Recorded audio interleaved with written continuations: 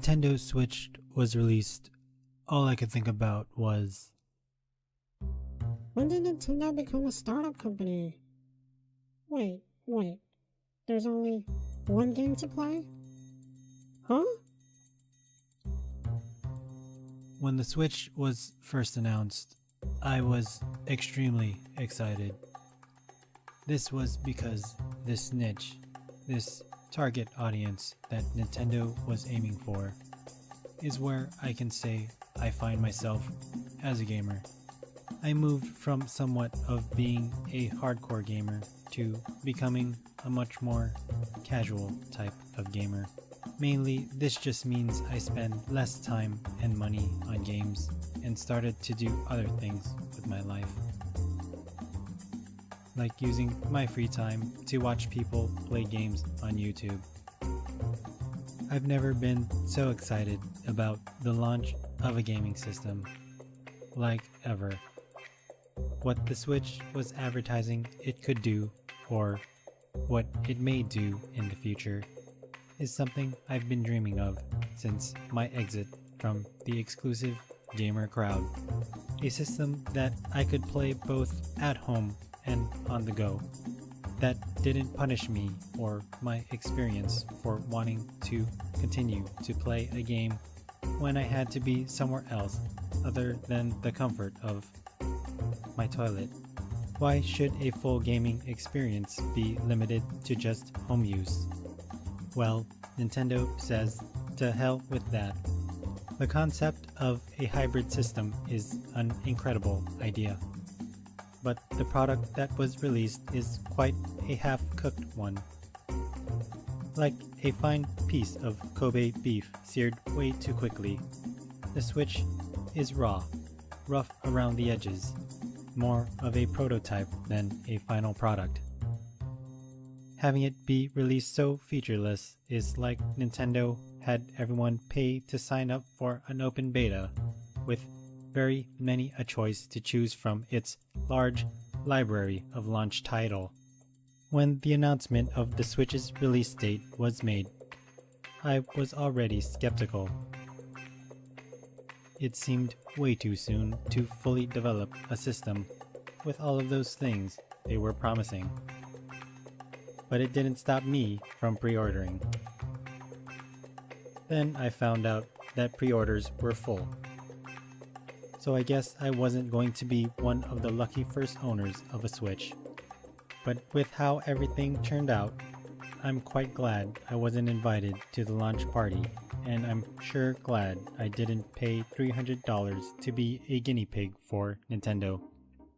Over the more recent years, Nintendo has become more notorious about overlooking the quality control on their products. They've always had the right mindset with design, but execution-wise, it's as if they gave their design to Uncle Joe to build, who has his own illegal sweatshop in his backyard, which is run by his 13 children who can't go to school, who are all under the legal driving age, working just so they are allowed to share and eat a single potato with ketchup at night just before going to bed in the single room, Section 8 house paid for by all their hard work. My first-hand experience with this is with the good old 3DS. I am a really late adopter of this system.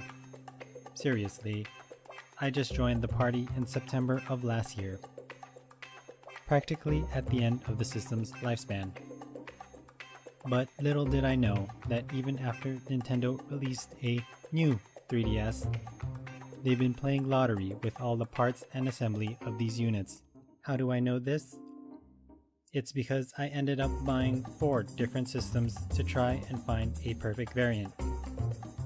And on a side note, this quest of mine still hasn't really ended. I'm still looking for my dream 3DS system. So what's wrong with the systems? Well, shit dog. Nintendo has the best quality control, yo. After Uncle Joe's backyard assembly, they hired a bunch of 3rd graders to do the final inspection before their products go out of the factory. The analog sticks never feel the same from system to system. This one's too hard to move. This one's too easy to move. This hinge is too loud when opening and closing. This hinge is too loose.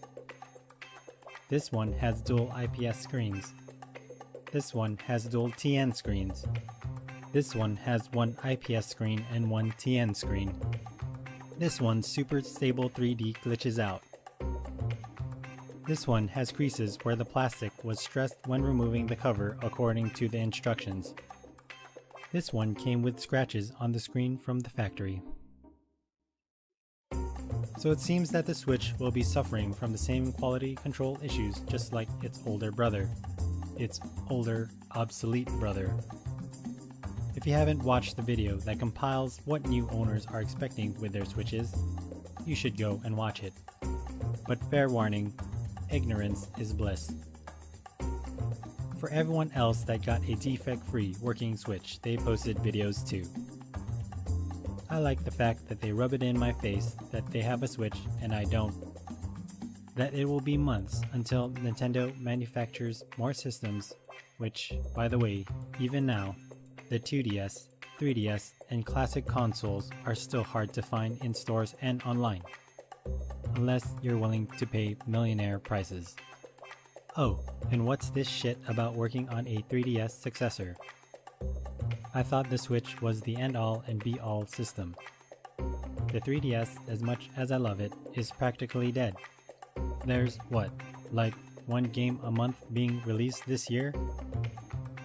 Sounds awfully like the Switch and its vast library of games, and that's a brand new system. And why didn't they put 3D on the Switch? Why wasn't this a feature? Nintendo kept talking about how they had the DNA of all their previous systems in the Switch, so what the fuck? It's got the rumble, it's got the touchscreen, it's got the cartridges. No 3D, huh? Probably because they want to have the 3DS successor to compete in the same market as the Switch. Sales are sales, right?